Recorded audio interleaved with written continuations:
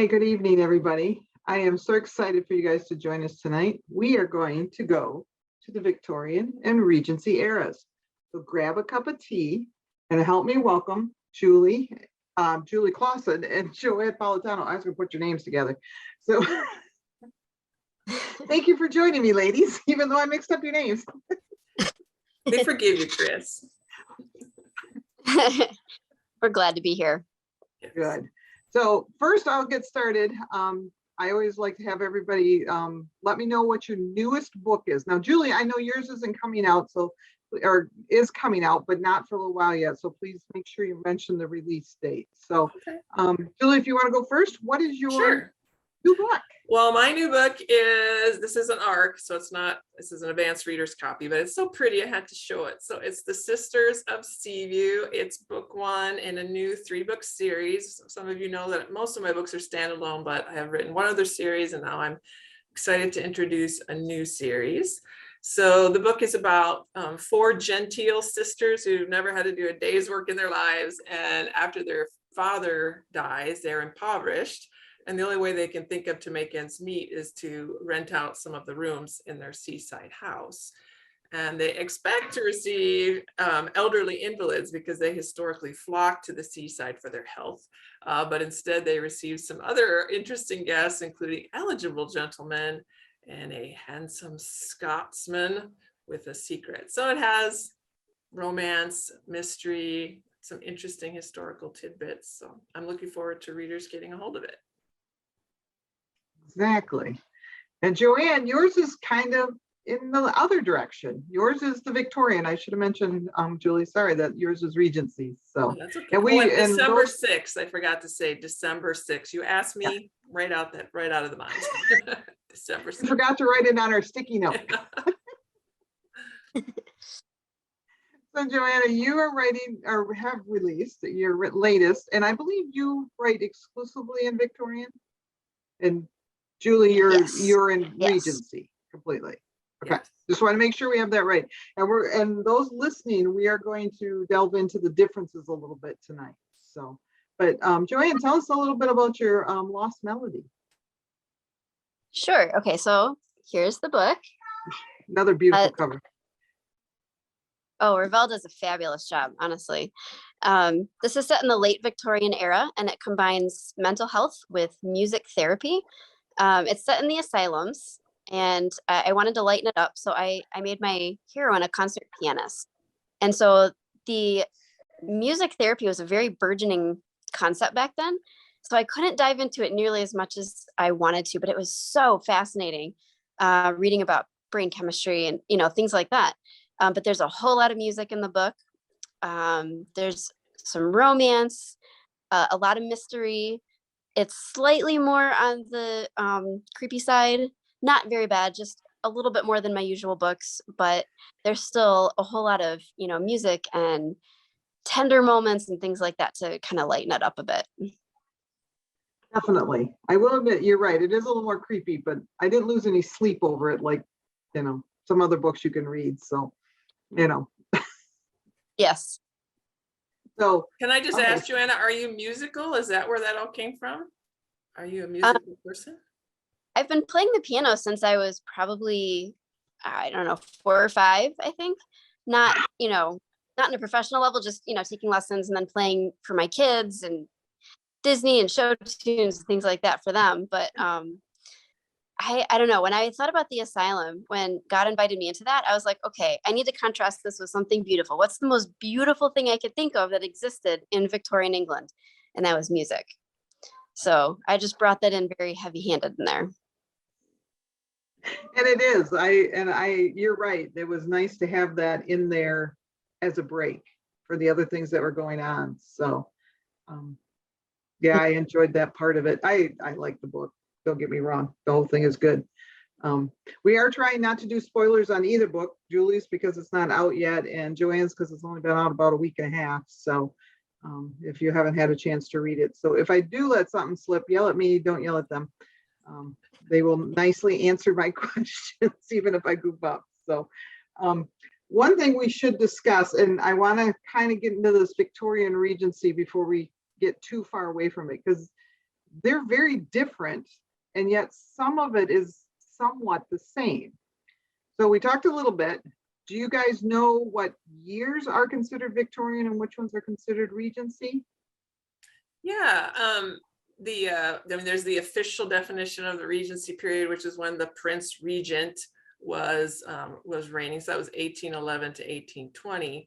But Okay. most people call it an extended Regency, because then the same guy became king, so he was still the same man on the throne for another 10 years.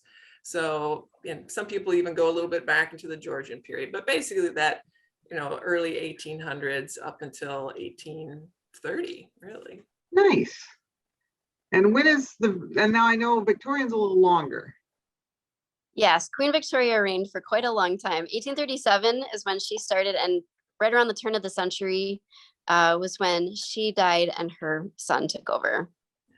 Yeah, so that was like, I think I looked it up today. It was like, because Chris is making us know stuff tonight, asking us these hard questions. So I looked up, it's like 64 years she reigned. So Yeah, it was got a big time period to write about, Joanna. That's awesome. Yes, and there was a whole lot that happened in that era, which is a lot of fun. Yeah, a lot of things changed very quickly there. So, but yeah, because they were talking about with Queen Elizabeth that she was the longest, and when I remember when they talked about when she passed Victoria as the longest reigning monarch of England. So maybe that gives my age away a little bit. I don't know. You're not that old, Chris. Yeah. So we talked about, or I asked you, what are some of the major differences besides the times? What were, because us, especially those of us that are not, Anglophile, so to speak, that we know a lot about England. To us, you throw in Downton Abbey and everything's the same. They talk with a fun accent and life is good. But there's got to be differences. You're so right, Chris. Most of us, before I started doing this, it was just old-fashioned England, and we love everything about it, and that's fine. Readers don't need to know all of that. As authors, we probably should know a little bit more. I'm going to say right now, I'm not an academic, so I'm not going to pretend to be an expert, on all that. But it is tricky because of course you have. We always talk about Regency with the manners and the decorum and all of that very Mr. Darcy and proper gentlemen and proper ladies. But the Regency era was also kind of known as a decadent time mostly because of its leader, the Prince Regent, he was very indulgent. He was immoral. Was just known for his excesses in spending and in everything. And he was not a very beloved monarch, unlike Queen Victoria, I think was much more beloved. So it was kind of a time of contrast because, the Regency era is known for its beautiful architecture and a lot of other beautiful things, but then it also had kind of a seedy side, which of course, I don't think most of us want to write about. So we don't delve into that. We stick to the manners and the courtliness and being ladies and gentlemen, but it did have a little bit more of that darker side until those Victorians came and they buttoned us up in our clothes and in other ways too. So I'll let Joanna talk about the Victorians. So I think Julie did a really great job of describing it.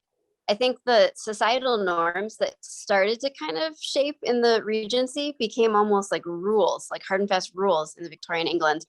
Because of course, Victorian was a very morally minded leader, I want to say.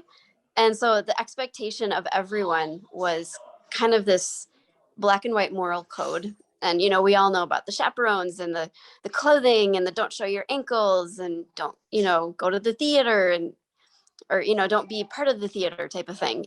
Things like that. There were a lot of ways to ruin your reputation in a big hurry. I think between the two eras, the clothing, of course, is different. There were fuller skirts in the Victorian era. The Regency was a little bit more streamlined with kind of the higher waistline. And Julie can speak more to that, I guess. But as we progressed throughout the Victorian era, it went from full skirts to like more of a back heavy bustle, and then more back to like the streamlined again for the Edwardian period. We also have like a whole lot of industrialization going on. So we've got all the railroads suddenly making it easier to move around. We've got a whole lot of factories springing up, ironworks and mill shops and things like that. And people started to gravitate from rural locations towards the city. And so a lot of those manor houses, people didn't want to work in service anymore. There were a lot of jobs to be had in the city, and they kind of left. And a lot of those manor houses, when you get towards the end of Victorian era into Edwardian, a lot of them started to become abandoned. And that was continued. So we write a lot about those manor houses, but they were a thing more in the earlier period. And then, when they couldn't find work and, people to work for them and things like that, and they became very expensive to upkeep. It became really tricky with like entails and stuff, but they couldn't sell off land. So, they would just kind of gravitate towards the city for work. And it was a kind of shift towards a more industrial nation. Right. And I think once during the Regency time, we had the Napoleonic Wars and food riots and things. So they didn't necessarily, I don't know, but after that was over, you're right. I look how many inventions and things, like you mentioned, the railroad, and I look like light bulbs and all kinds of stuff came out in that Victorian era. They were too busy fighting the French to have as many things. I'm sure they had plenty of things. Yeah. And the Victorian era had tons of publishing, especially novels, which of course we like. Yeah. What are some of the books? And the questions are really rolling in. So we're gonna. Okay. But I'm very interested, because I think that's where some of this confusion comes, is we know certain books and we align it with something. Which ones are more for the Regency? These are the historical ones. Like I'm thinking of Jane Austen and Right. the Bronte sisters and stuff. Where would they be? Or are there other books that we would know from either era? Right. Well, I mean, you said it, Jane Austen. I mean, she was writing in publishing. She wrote a little earlier, but she was published in the Regency era. So she's probably the most famous novelist. There were Walter Scott and some other ones, but she was the most famous. And then the first Regency novelist who wrote after that period, I think, was Georgette Hare, who wrote wonderful Regency starting in the 1930s. But the Victorian era is where the novels just exploded. And I don't know if you know them off the top of your head, Joanna, but you mentioned the Brontes, Charles Dickens, help me out here, Elizabeth Gaskell, bunches. I mean, just there's tons of novels from the Victorian era. So rich times. Sure. Had the benefit of serial novelization. So they'd have periodicals where they publish bits of stories at a time, which is, of course, how Charles Dickens started. And most of his novels were published that way originally. And then there was like sensational fiction. So like Wilkie Collins and Charles Dickens, they would take something like The Workhouse and they would make it like 20 times worse than it was and make it look so bad and so bleak and take the worst evil possible. And there was a lot of really bad stuff going on in the workhouses and the prisons, but he really magnified it. So yeah, that's pretty much what fiction was. Dickens and Thomas Hardy and Gaskell and a lot of poets and things cropped up in that period. But yeah, Jane Austen is specifically Regency, and the Brontes were a little bit more Victorian, I think. Interesting. But again, for readers, it's whatever you like. So it's all good. Yep. It's sometimes nice to put the books in proper perspective for history and what is going on. And that really, I mean, to say, oh, this was kind of during the Industrial Revolution, such, and you, Julie, are a little bit before that, but there was this period, that was a lot more indulgent. And it's like, okay, see, now these books, this time period makes sense. So I'll still confuse them, but that's okay. No tests. Oh, shoot. So yes, our job stuff. The readers can enjoy the story. Yes, and that's I think with both of your writing is, there are a lot alike and yet a lot of differences, and with you both writing in different ones, and I love both your writings. So it's just a matter of what they like. And honestly, you guys are ones that it's like, well, if you like Julie, I'm pretty sure you're gonna like Joanna. So that makes that easy. So awesome. That's a huge honor. A lot of respect for Julie and all her work. I should ask, and somebody has asked, and if we get time, they want to talk more about some of your other books, and we'll get there. But okay, Joanne, how many books have you written? This isn't a contest. I've published 6. Okay, And and you're working. I'm Awesome. working on 7. Okay, and we'll talk Mhm. about that at the end. Julie, how many have you done now? I'm better with words, but I think it's 17, maybe 18, something like that. So. Yeah, so there's if you haven't, and like I said, they're all very good. So if you haven't read any of the other ones and just some of the new ones, yeah, they're all good. So I'm going to jump into a couple of these questions that I literally are rolling in here faster than I can read them. So the first one I got was, so we're going to change gears a little bit. And it's going to be more about your writing. So how do you feel, and this is a great question, how do you feel your writing styles have changed since you published your first book? So. Mm. That's hard. I can talk about my writing process changing. I don't know about I'm sure my writing style has, I don't know, maybe someone could, it would almost be easier for someone else to define our styles, I guess. But I don't know, Joanna, you say something intelligent and I will copy it. Oh, goodness. Yeah, that's what I do. I would agree that it's more process has changed. The first book I wrote, it was kind of an accidental publication. So it was a fun thing and I just enjoyed it. And I didn't think anybody would ever read it. So I didn't have a genre. I didn't have a length. I just had a blast writing it.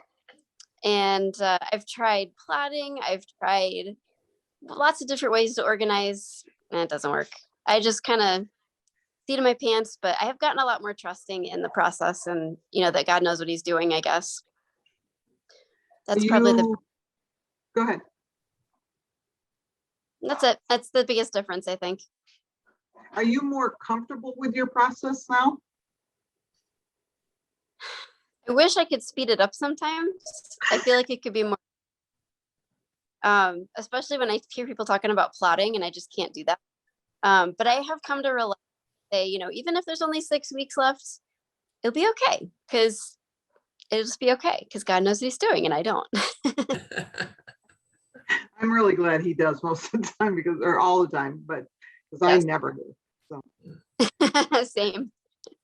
Yeah, I mean, my first book, I had I just started writing. I didn't know what I was doing. I was just intrigued with the idea, the whole wet nursing thing. And it took me a couple of years. And obviously now with deadlines, which I'm very thankful for. I'm someone who needs and wants deadlines because otherwise I would procrastinate too long. So I actually do some plotting. It's amazing, not as much as some people who really every chapter here's exactly what's going to happen. I admire those people.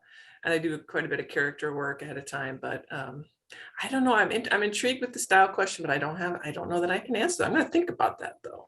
Yeah, it's kind of one of those interesting ones because, I don't know. I couldn't answer that question for you either because I feel like, we always talk about the writer's voice and you guys' voice is the same to me. Like if somebody'd say, well, whose book is this? I'd go, well, that sounds like a Julie Klassen or that sounds like a Joanne's. So to me, you guys sound like what you did at the beginning, but and as we mature, I'm sure there's a little difference. Right. We hope we get a little better, but I think you do. But yeah, I don't know about style. That's interesting.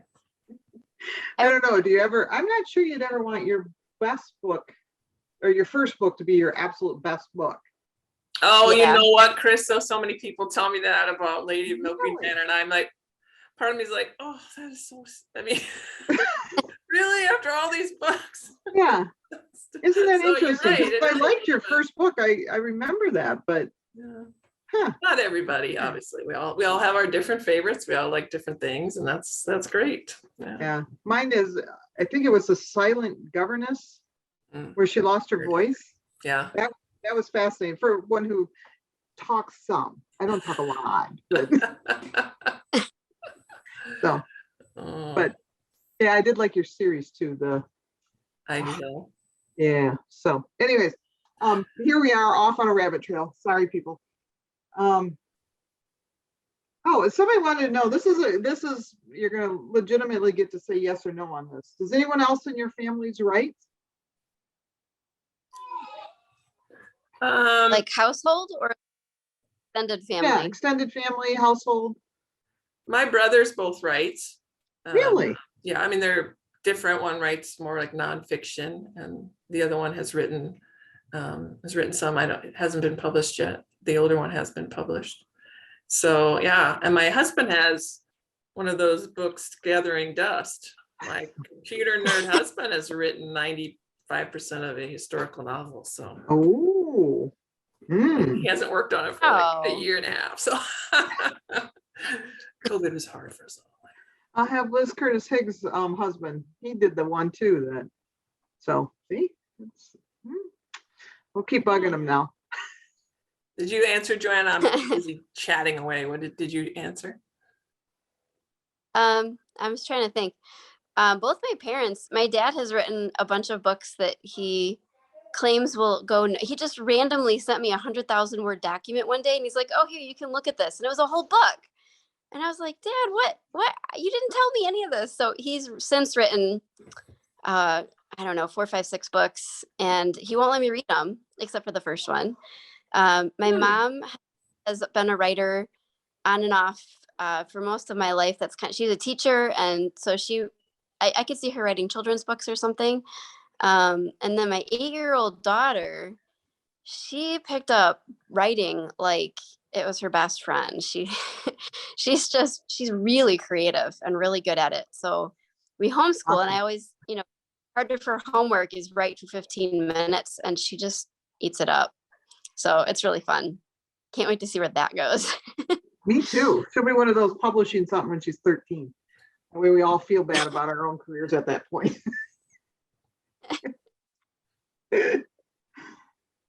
So this is an interesting question. And this is a hard one, but it's a good one. What was your favorite book to write? Oh, man.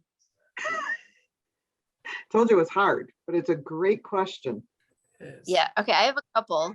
I would Okay. say A Rumored Fortune, my second book, was super, super fun because it was the hardest one.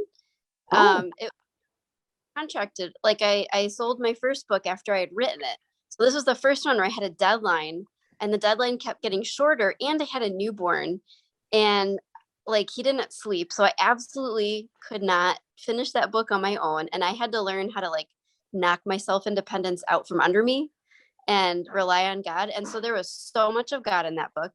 And the hero was kind of based on my husband, which was really fun while we were in the throes of a newborn, to kind of reflect back on falling in love and things like that. And just the whole experience of writing that book was really good for my heart. And I think my other favorite was my fifth book, which is A Midnight Dance. And it's a ballet book. And so my daughter, I started writing when she was 4 and in love with the ballet. And we had so much fun. We went to live ballets. I do a ton of research. I knew nothing about ballet. So I went from scratch and just loved it. And I loved the beauty of ballet. And so trying to capture that in a story was really fun. Can I just say, since I've read The Midnight, did I get that right? The Midnight Dance? And I really liked in that what you did with the hero in that book, where, well, I don't want to give too much away, but that there's 2 different men, and she did such a great job of, she just kind of discounts the one man because he just seems, just frivolous and a flirt. And then by the end, he's like the swooniest of swoony heroes. So well done, Joanna. I won't say Thank you. That was an accident. I remember it. Yeah, that out being sort of the anti-hero. He was a little bit the villain, and I liked him a whole lot. How about you, Julie? Which ones are your one or more that were fun for you to write? Well, that is a really good question. That's a really interesting one. I will say that when I started writing a little bit of mystery, like Joanna said, it's really hard. So the first one that had a mystery element, strong mystery element, was probably The Secret of Pembroke Park, which again was probably my most complicated. I think it was my longest. It had back and forth and past and future, past and present and all this mystery. And that was really hard, but I really liked it. That lit something in my brain. And so someone had mentioned in the comments that I've written a few other ones that have more. And my most recent book, The Shadows of Swampford Abbey, is my most whodunit, specifically. And I love watching whodunits, all the old Agatha Christie's and all that. So I really enjoyed that. It was hard for my, brain puzzling, but I love that. So that's fun, I will say. Oh, good. See, here I am interested, and I forgot to look at the questions now. So now, somebody wants to know, do either one of you put your Regency or Victorian era in your holiday decorations? In my holiday decorations. Like at your house? No, I have like zero home decorating skills. You'd all be very disappointed in my house. It's not decorated. It's just is. There's a tree with the collection of, BBS ornaments my kids made, and it's not attractive. I will not be on the cover of Victoria magazine anytime soon. How about you, Joanna? I have a very DIY house here with a bunch of homemade ornaments. My kids cut out snowflakes from paper, and it's amazing. Great memories, not very attractive for the outsiders. I always admire those. I think they're beautiful. They're not me. Mhm. Mine are like you. My kids, one year anyways, my kids replaced their kids' ornaments when they were adults. And I think if you held the kids' ones and the adults one, you wouldn't know the difference. I mean, it made me cry that year when they gave them to me as gifts, but it's like, I think your kids' ones were better, but I hope they're not listening. they're not. They get to talk to me all the time. They're like, yeah, I'm not listening to that lady here. I will say I have made a few Regency Christmas treats. Like I like to eat, obviously. So baking mince pies and that sort of thing. So that's the extent of my Regency Christmas additions would be on the food side. No Boar's Head. And that's the good stuff anyways. So Yeah. Yeah, I am totally with Julie on that. My kids and I bake a lot. We've made lots and lots of little goodies from Victorian England. Lots of tea. You know where I work, so you can send any over you want if you got extras. So here's a good one too. What is your favorite thing about writing inspirational and or historical fiction? Well, for me, the cool tie-in between historical and inspirational or Christian is that, sometimes people in the world maybe don't love that there's faith in the books, but in my time period, going to church, having the vicar to dine, family prayers, that was life. Now, not obviously people are humans. Not everybody was a devout follower and all that, of course, but it was so much of the fabric of society that it would be almost unnatural for me to leave it out. So as compared to the contemporary era, I think faith is much easier and more natural to incorporate in my experience. Yeah. Good. Honestly, it feels almost a little bit sneaky to write historical and inspirational because we're removed from our current time period, and I can just say a lot of things because it's a story, right? And I'm not speaking about you. It's just a story about things that happened a long time ago, but somehow those truths still apply. And it's just like when Jesus told the parables, and he kind of, these are things that happen to other people, but I'm going to sneak a lot of truth in there, And so I feel like there's a lot of subtle things that apply so much to our hearts today and to our lives, but we can kind of disguise it in a spoonful of sugar with pretty dresses and a totally different setting to make it less in your face. Yeah, that is kind of a sneaky way. And I agree, Julie, that it did seem to be that, that was the place to be seen as church, because it was so much part of their community, so yeah, that makes that interesting. So let's see here. What is, and this is, okay, and here we are. I try to focus, but this one came in, and so we were just talking about Christmas.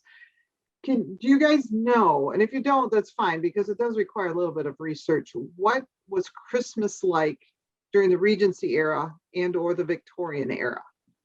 That's actually a really good question, because I do think people are surprised that Christmas during the Regency era had very little of the trappings that became so wonderful in the Victorian era, which Joanna can talk about. But, there were no Christmas trees in Regency England. Now, I shouldn't say none. They were starting to come up in Germany, but I mean, in England, that was not common. It was not a thing. So, there were maybe some greenery you might have on your mantle. Presents were not a big thing. Some families might exchange a small present, sometimes with their kids, maybe on New Year's Eve or something, but it wasn't like Christmas Day was a big present giving day. There were no Christmas cards. So many of the things that we think about as being, our old English Christmas traditions came later. So there was certainly going to church, and there was a nice meal, gifts to the servants, and that kind of thing. But the Victorian era is where Christmas got fun. Go ahead, Yes. Joanna. Thank goodness. Yeah, you said it very well. It was actually Victoria's husband who brought the German traditions over to England. So trees with candles lit, and a lot of the fancy foods, and just kind of decking out everything and having a big open house for the servants and things like that. Lots of decorations, spiced drinks and things like that. Yeah, that was all kind of a German influence, actually. So I think they would do like sleigh rides and ice skating and things like that. But the decorations and the presents, that was from Queen Victoria's husband. And it just became kind of an English thing, and then kind of an American thing, I guess. Interesting. And Julie, thanks for sharing that, because I would not have guessed that the Regency was so probably more faith-based or faith-focused for the Christmas holiday. Because of the era it was from. Everything was indulgent. So why isn't Christmas like it is now? Way over the top. So. Oh, good point. You're right. You would almost think that, but it was more about charity and Yeah, interesting. Huh, who knew? So Julie, and then I don't mean to keep putting Joanne last here. I'm sorry, but and I got another question for Joanne later. But so what is one thing about the Regency era that that would probably surprise a lot of people?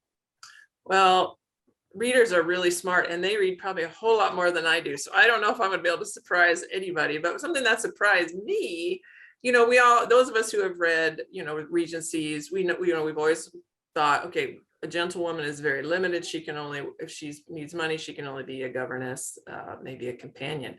But the more research I've done, I realized that there were so many women doing what we would consider traditionally men's professions. I mean, I've got a wonderful research book that has ads and things of women who were pistol makers and carriage builders and letterpress printers and pork butchers, and even, Chris, booksellers. I know, scandalous. So I found that very interesting. And, I've used a little bit of that in the Ivy Hill series, where you have women. They're maybe not, they're not Earl's daughters or something, but they are women who have some education, maybe middle class or above, who are doing some very interesting professions, often because they had to take over for a husband who died or a father who died or something like that. But I do find that interesting to have my eyes open that there were a lot more women working than we realized. I have to admit, surprised by that. I really am, because and Joanne, we're gonna hold on here, because we're gonna delve into the other part about the independent woman too. Is historically wise, I always think of, unless you were really poor, the woman stayed home. So for you to, that's really fascinating.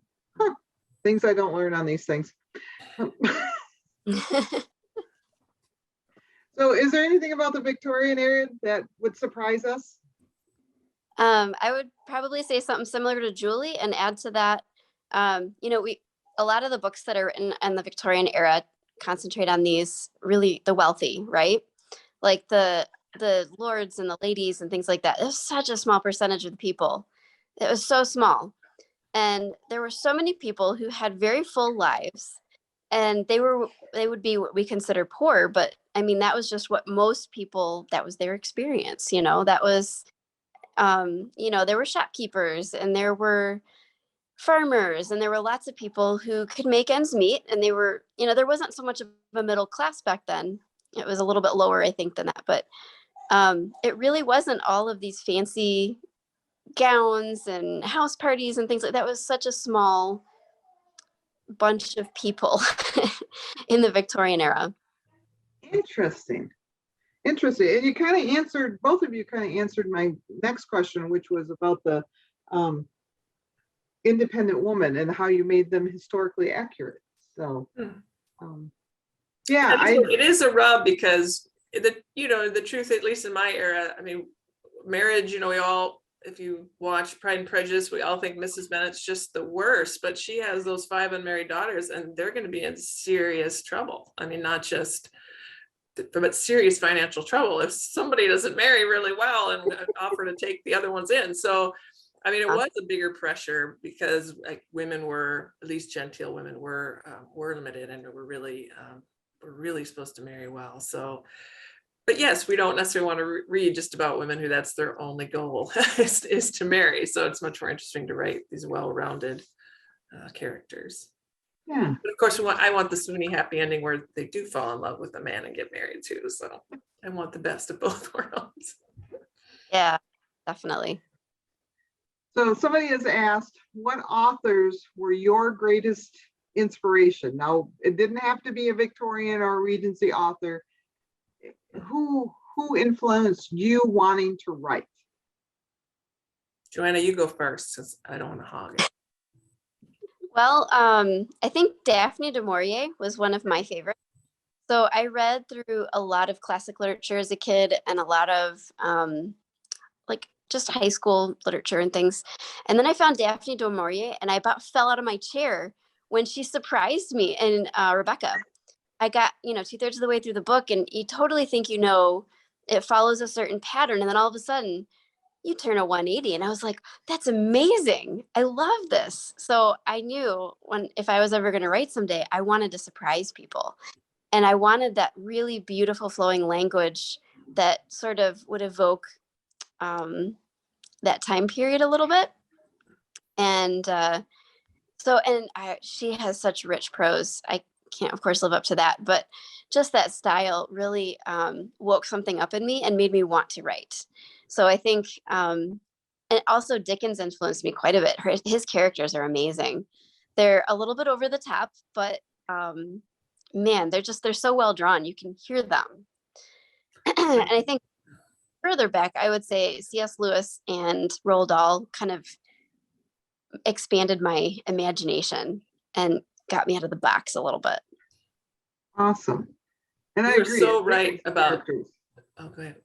Go ahead, Julie. You're so right about Dickens' characters. I mean, yeah, some of them are pretty unpleasant people, but they're so vivid. Man, that man can write characters. Yeah. He could use a little editing and stuff. He's that older style, 700-page books, but boy, he was unmatched with his characters. I think just awesome. I'm sure. I'm no surprise. I was reading, I read The Secret Garden as a little girl, and then I read, Jane Eyre. So I fell in love with British literature, in 3rd grade or something, because why is a girl from Illinois writing books set in England? Well, what you read, parents, grandparents, what your kids and grandkids read will make a big impact on their lives, I think. So, and yeah, Jane Austen actually came a little bit later. I know that's maybe shocking, but yeah, it was just, and Brontes and all of that. So, and I had some wonderful teachers, which I don't know, they had a big part in that too. So.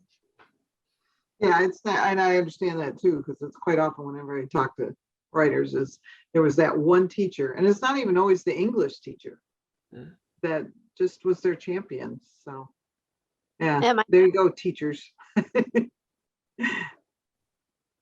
I know I'm really old, but my high school English teachers and I are Facebook friends. And every time especially Mrs. Mitchell, says how proud she is of me, I still get a little choked up.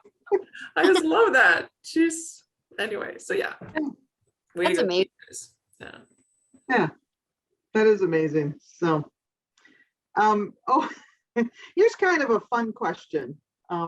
What hero, and Joanne, you probably have already answered this, but what hero did you fall in love with from one of your own books?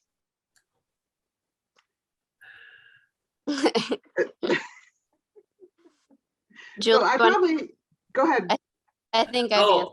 Oh, I fell in love with a lot of them. I'm going to say Nathaniel from The Maid of Fairborn Hall, probably because I patterned him after Richard Armitage, who I have a little bit of a crush on, that actor. So that's one of them. But yeah, there's several. I think you kind of have to a little bit to get across that why the heroine is so taken with him. But Yeah. that's the first one that jumps to my mind. There probably are others.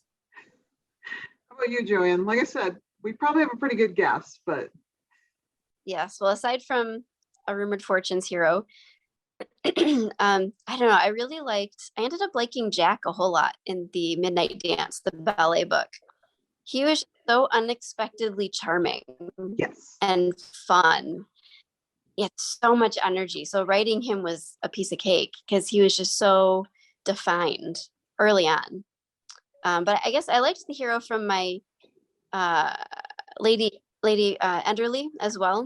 He was a violin player and childhood friend of the heroine, and he was just so so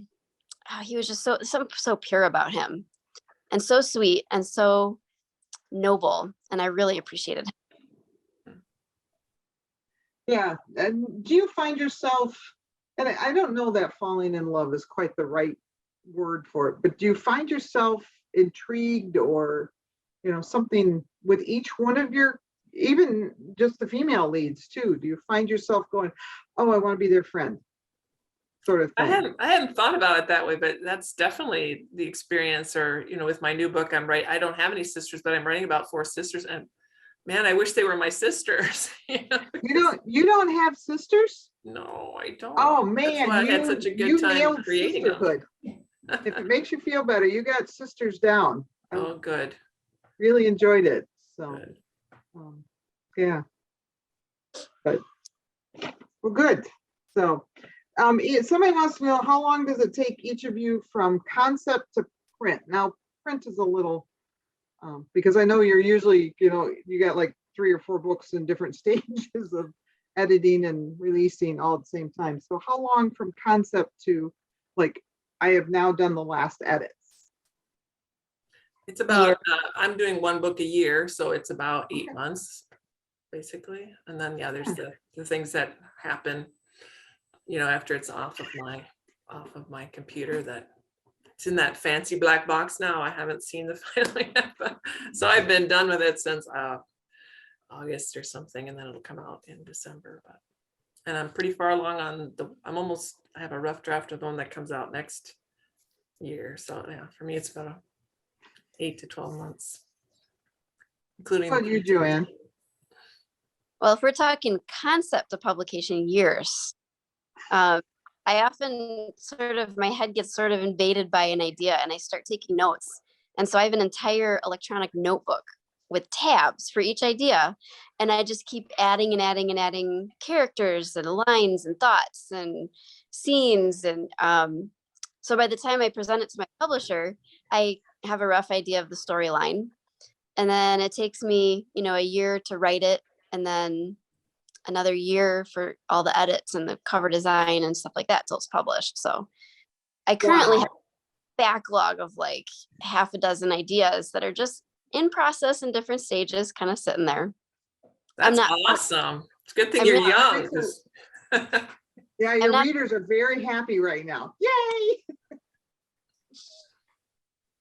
Oh, that's great. So both of you write historical. If there was another genre you could write in, what would it be? And no fair saying historical romance. Fantasy. Really? Is one of your tabs a fantasy book? Maybe. Awesome. We're gonna hold her to it. Yeah. Yeah, I'm not sure a publisher would go for it just because I'm kind of branded historical right now, and that's fine.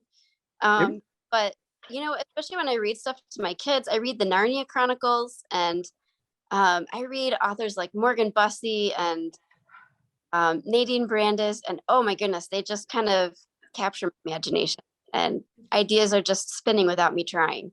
So I do have some ideas, but haven't written anything yet. So how about you, Julie?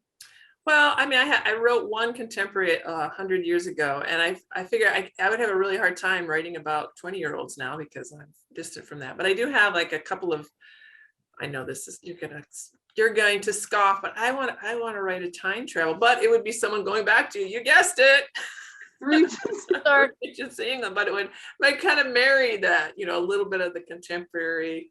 I mean, I know it's been done, but yeah, my publisher kind of had the same. Interesting. It's kind of big right now. I mean, I can think of two right off the top of my head, that actually three that have been published in the last couple of years that are time travel Christian fiction. So okay. So maybe Julie, my day will come. Yeah, so Julie's going to write us a time travel, and Joanne's going to write under a pen name and write us a fantasy. Yay! Sounds good. We'll look for those soon.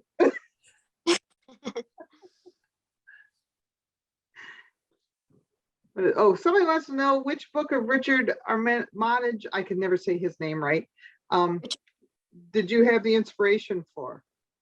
Oh, that was Richard Armitage. He inspired the heroine in The Maid of Fairborn Hall.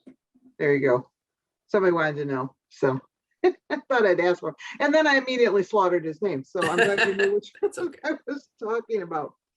I do have someone that's wondering, and I kind of personally know this answer, but do you have any say in your cover art? Because your covers are always phenomenal. You're right, Bethany, Ravel, they all do it's just beautiful. So how much say do you have in them? Well, I mean, I'm sure it's similar for Joanna, but we provide some background information to the team. What do the characters maybe look like? What are some setting ideas? What might they wear? Time period, time of year, all of that. I actually provide pictures, of the actors I have in mind that are playing those roles and that sort of thing. And then they go and they create it. So I have very little. And I get to see it before it's final, and occasionally ask for a tweak or something, but I'm not hands-on at all, which is probably good. I don't think you'd want to see the cover I would create. So I'm happy, I'm delighted with their covers. You too, Joanna?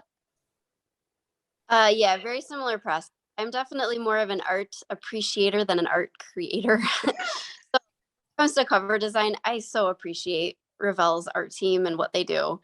I will sometimes provide, like with my Lost Melody book, I didn't want people to be scared off by a cover that was really, really dark and creepy of an asylum. So I asked for something that was, gothic, but more light, so that it wouldn't be overpowering. So that's as specific as I got.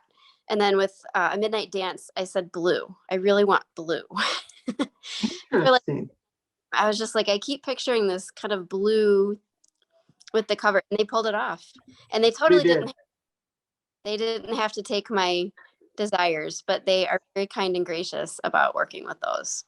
I know, and I have to say, I know you guys probably can't see this, but Okay. I asked for, so this is actually Sidmouth. So this is set in Sidmouth. It's a fashionable seaside resort Jane Austen visited, and they actually were able to get a picture, and use that.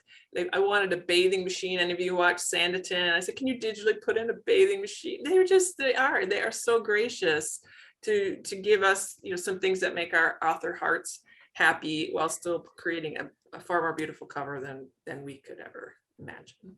I've been starting to campaign that we start giving awards for the best covers, because there's some fantastic ones out there. Of course, we could never agree because it's art. Yeah, everybody's taste is a little different, but there are some out there, and those artists that do those need to be recognized. So yeah, and they just get better and better. I mean, it's just phenomenal. So okay, so as we're getting close to the end here, I'm going to ask two questions at the same time. So first of all, Yes, Julie, I know your book is still coming out, but after that, what are you working on? Either one of you can go first. And where, besides bakerbookhouse.com, can we find information about you? We know where to find your books, but about you. So your next book, and where can we find information about you? And whoever wants to go first. Joanne, you want to go first? Sure. So my next project that I'm about halfway through drafting, really early on, it's a little bit later, like kind of in the Edwardian period, and it is about the silent movie theaters. I'm super excited about that. So this is back when movie theaters, well, not even theaters, when movies were like a clip of 3 minutes or something, and they were just kind of showing what they could do with film manipulation. So it's a lot about fiction versus reality and the value of fiction. So I'm having a lot of fun with that. And where you can find me, my website is jdpstories.com. And that has some blogs, things, and a little bit about my background, a newsletter sign up. I do send a lot more of the personal updates on my newsletter. I have a Facebook author page as well, where I share a lot of, sales that are upcoming, books that I recommend, and other things I get excited about, abandoned houses, pictures, and things like that. Excited about abandoned houses. And Instagram, I'm also on Instagram. I show pictures of kitties and books and all that kind of thing. Well, as you might imagine, I am working away on book 2 of the On Devonshire Shores series. We're currently struggling with the title. So, the title process it's interesting. Yeah. So we're struggling with that one a little bit, but the writing's going pretty well, I think, on that. And then in terms of finding me, julieklassen.com, that has all my books. But in terms of interacting with me, because I do love to interact, I spend way too much time on Facebook. So come and find me there. Especially there's a group, since we're talking about Regency and Victorian, there's a wonderful group called Inspirational Regency Readers. I know some of you are here watching. Thank you so much for being here. But it's a fun group where we talk specifically about all the Jane Austen adaptations and just reading in general and inspirational books that we love. So come and find me there. Chances are I'll be there. Along with Erica Vetch and Michelle Greep and many other wonderful Regency writers. And they are. One question I have for your series, Julie, is this one like the other one? You have to read them in order, or is it going to be the setting is the same and you can read them in any order? Well, I'm writing about sisters, so if I do my job well, you can read them. You can read them. They will have their own plot and their own romance. But of course, it's probably you have a richer experience if you read it from the beginning. But I'm trying to do a good job, because I know not everybody has the patience for a series and all that. So I'm trying to do best of both, where there's a satisfying book on its own, but more to come. And each book being satisfying on its own. But that's a tall order, but I'm working on it. It is, but you're up to it. I know you are. So one question I usually ask, and I should have asked it a little bit earlier, but what are some of the books you guys are looking forward to reading? Looking forward to reading. Yes. Golly, I can tell you what I'm reading now, and I'm looking forward to getting back to. I don't know if I mentioned it or when we were talking before, but I am reading Joanna's book right now. I'm really enjoying that, though I told her it's scaring me a little bit in all the right ways. Definitely that intrigue and the atmosphere. And then something quite completely different. I love audiobooks as well. So I'm listening to, let's see if I can get this right, The Extraordinary Deaths of Mrs. Kipp by Sarah Brunsvold. And I'm almost done at that one, and I really recommend it, and it's fun and moving and laugh out loud. So yeah, you need a little light, you need a little intrigue. It's all good. Yeah. I'm going to interrupt Joe in a minute. Somebody wants to know the name of your Facebook group again. I think the Regency one, Julie. Inspirational Regency Readers, and I can type it in the chat. Okay, Joe, what are you reading or looking forward to reading? Oh, goodness. Anything written by Christy Cambron or Joanne Bischoff or Amanda Dykes, I would say, for starters. I need to catch up on some new releases. Gabrielle Meyer's Time Travel. Oh my goodness. I'm so looking forward to that. Oh, I'm it's so good. It's really good. Oh, I cannot wait. The Deaths of Mrs. Kipp that you mentioned, I'm very much looking forward to that. When you started, and- just be prepared to not go do anything for a while. Just a warning. Yeah, I'm waiting for that good weekend or something to come up. So, and then also the Secrets of Emberwild, I've been looking forward to as well. It's a recent release by Stefania McGee, Yeah. and I am so thrilled. I'm pumped about there's some great books out right now. You know, there really are, because we just had an event at the store and somebody asked me, you know, can you name your favorite 2 or 3 books from this year? And I'm like, nope, there's too many. There's a whole slew of them. So good luck. It's a good problem, isn't it? It is. And I have to admit, being from my end, like the reader and the bookseller, it's wonderful. But it's got to be encouraging to you guys to see all this developing. You know, in the last 6-7 years, of Christian fiction is really, I don't know, it's just changing for the better. How's that? Yeah, I So- think the offerings are deeper and richer and just so much more Mhm. variety. I don't know. Yeah, it's fun to see. It is. So, yes, and you guys are leading the way. So, I appreciate that. So, well, we're gonna, yeah, shoot. We didn't get to half my questions, but that worked out really good because you attendees did a good job asking some really awesome questions. I really appreciated it. It was good to watch them stretch their brains. So, so we appreciate it. So whether you joined us on Zoom or Facebook, thank you for joining us tonight. I hope you had as much fun as I did. Thank you, Joanna. Thank you, Julie, for coming and joining me tonight. My pleasure. Yeah, Thank we you. appreciate you. You're very Thank- welcome. So, well, everybody have a good night. Finish off your cup of tea. And if you're anywhere near West Michigan, grab a warm blanket too. It's freezing out there. Tea's always good. So thank you all for joining us. And don't forget to go to bakerbookhouse.com and order your books today. Bye now.